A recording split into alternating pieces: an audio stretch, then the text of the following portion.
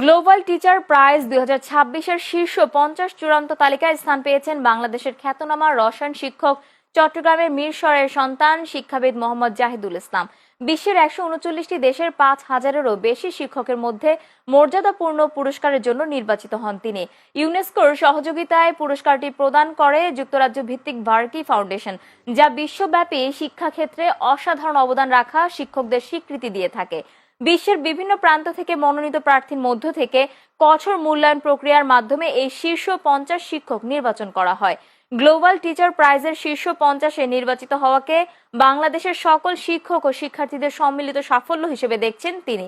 মোহাম্মদ জাহিদুল ইসলাম জাহিদ কেম ক্লিনিকের মাধ্যমে প্রতি বছর বিনামূল্যে শিক্ষা কার্যক্রমের পাশাপাশি 30 লাখ টাকার শিক্ষাবৃত্তি বিনামূল্যে প্রদান করে থাকেন।